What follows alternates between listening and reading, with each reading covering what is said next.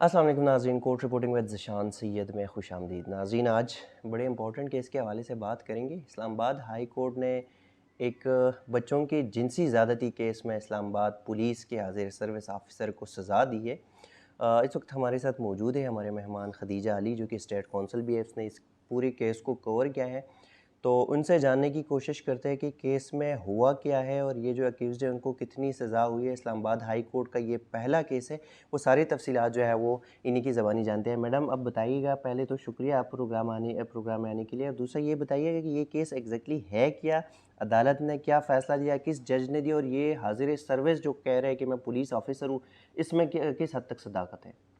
जी इस केस के अंदर एक बच्चे से ये कहानी शुरू हुई कि एक बच्चे ने अपने घर वालों को बताया कि उसके ख़िलाफ़ जिनसी तशद्दुद करने की कोशिश की जा रही है और उसकी वीडियोस कुछ बनाई हुई हैं जिसके तहत उसको ब्लैकमेल किया जाता है। इसी अ, जब उसने ये बात बताई तो उस बंदे को उसके घर वालों ने कन्फ्रंट किया, पुलिस आई, पुलिस ने अरेस्ट किया।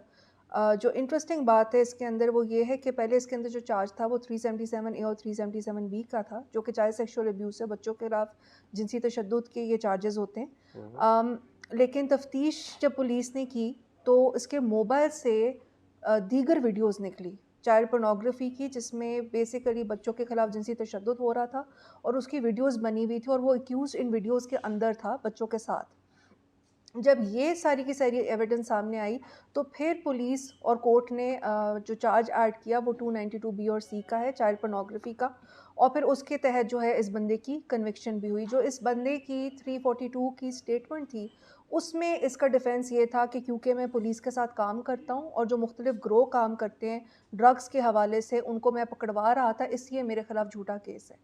तो जब सारी की सारी वीडियो एविडेंस सामने आई और क्योंकि जैसे कि अभी आपने भी बताया कि ये पहला केस है चाइल्ड हाँ। पोर्नोग्राफी का, ये थोड़ा टेक्निकल इशू था कि आपके पास जब वीडियोज़ आती हैं जिसमें बच्चों के खिलाफ जिनसी तशद्दुद हो, तो आप उसके अंदर कन्विक्शन कैसे अपहोल्ड करेंगे, एविडेंस की एप्रिसिएशन कैसे होगी।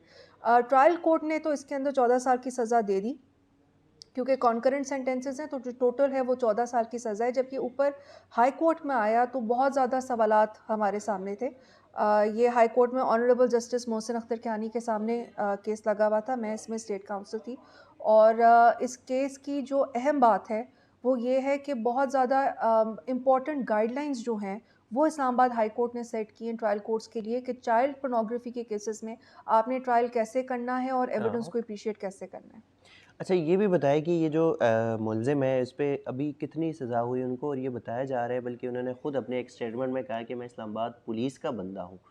अब कोई सरकारी इस्लामाबाद पुलिस का जो बंदा है वो उन्होंने निकाला है ओहदे, अब जो जिस भी सीट पर वो थे वहाँ पे, और इस्लामाबाद हाई कोर्ट के जस्टिस मोहसिन अख्तर कियानी ने अगर ये जो रूल्स या सेटअप कर लिए ट्रायल कोर्ट के लिए, उसमें मेन चीदा नुकात जो है वो क्या है?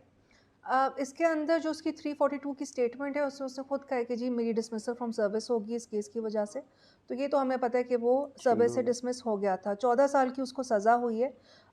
जो guidelines honourable justice Mohsin Akhtar Kiyani ने इस केस के अंदर दिए हैं वो बहुत अहम है। मिसाल के तौर पे एक बहुत बड़ा हमारे लिए सवाल ये था कि चाइल्ड पोर्नोग्राफिक कंटेंट जो है, क्या उसको हमने कोर्ट में एग्ज़िबिट करना है कि नहीं? तो ठीक है। उस हवाले से बहुत अच्छी जजमेंट है जस्टिस मोहसिन अख्तर कियानी की, जिसमें उन्होंने ये गाइडलाइन दी कि ये जो कंटेंट है या ये जो मटेरियल्स हैं, ये एग्ज़िबिट नहीं करने चाहिए। ये बच्चों की डिग्निटी का मसला है। इन बच्चों ने आगे इसी माशरे में सर्वाइव करना है, इसी माशरे में रहना है, तो उनकी आने वाली ज़िंदगी में बहुत मनफ़ी और बहुत बुरे असरात हो सकते हैं, अगर हम ये एग्ज़िबिट करना शुरू कर दें। इसके अलावा क्योंकि चाइल्ड पोर्नोग्राफी के ऊपर आपने भी बात की, हमारे पास ज़्यादा जूरिस्प्रूडेंस पाकिस्तान में नहीं है। तो इसके अंदर जो एडवोकेट जनरल के दफ़्तर की तरफ से जब मैं रिप्रेज़ेंट कर रही थी, तो हमने फिर ज़्यादा कोशिश ये की कि हम इंटरनेशनल लॉ को देखें और हम हाँ, हाँ। बाकी जुरिस्डिक्शंस को देखें, बाकी ममालिक में देखें कि चाइल्ड पोर्नोग्राफी के केसेस के अंदर प्रोसिक्यूशन कैसे हो रही है और उसी के हवाले से हम कोर्ट को असिस्ट करें। तो उसमें जो एक बात सामने आई, पाकिस्तान जो है वो उसने रैटिफ़ाई किया हुआ है, हमने दस्तखत किए हुए हैं, ऑप्शनल प्रोटोकॉल है सीआरसी का, और वो ऑप्शनल प्रोटोकॉल है on the sale of children, child prostitution and child pornography. तो जब हमने उस ऑप्शनल प्रोटोकॉल को देखा और उस ऑप्शनल प्रोटोकॉल के तहत गाइडलाइंस देखी, तो हमें बहुत ज़्यादा क्लैरिटी मिली कि चाइल्ड पोर्नोग्राफी के केसेस में अगर आपके सामने एक वीडियो है हाँ। जिसके अंदर आपको नज़र आ रहा है कि बच्चों के खिलाफ जिनसी तशद्दुद हो रहा है, तो कोशिश ये करनी चाहिए कि उस वीडियो की और उसकी फोरेंसिक्स करा के और उसी की बेसिस के ऊपर आप कन्विक्शन करने की कोशिश करें। इतनी रिलायंस नहीं होनी चाहिए कि आप विक्टिम्स को कोर्ट के अंदर बुलाएं, और यही गाइडलाइन जो है वो फिर इस्लामाबाद हाई कोर्ट ने इशू की है चाइल्ड पोर्नोग्राफी के केसेस के हवाले से, कि आप इन वीडियोस की एफआईए से डिजिटल फोरेंसिक्स करा लें, एफआईए की रिपोर्ट आपके सामने आ जाए, और कोशिश ज़्यादा से ज़्यादा ये करें कि बच्चों को, स्पेशली विक्टिम्स को, कोर्ट में ना आना पड़े। अगर उन्होंने आना भी है तो या तो वीडियो कॉन्फ्रेंसिंग के थ्रू आएँ, या फिर कोई ऐसा सिस्टम हो जिसमें उनको एक्यूज़ का सामना ना करना पड़े, क्योंकि ये जो ट्रॉमा है, जो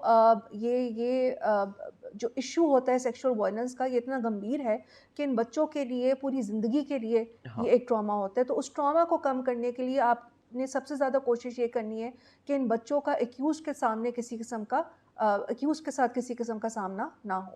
अच्छा, ये बताएं कि 2 चीज़ें यहाँ पे, एक ट्रायल कोर्ट में जो विक्टिम्स हैं उनको बुलाया गया था, और दूसरी बात एफआईए को कहा गया था, तो उन्होंने कोई रिपोर्ट जमा करवाई थी या नहीं? हाँ जी।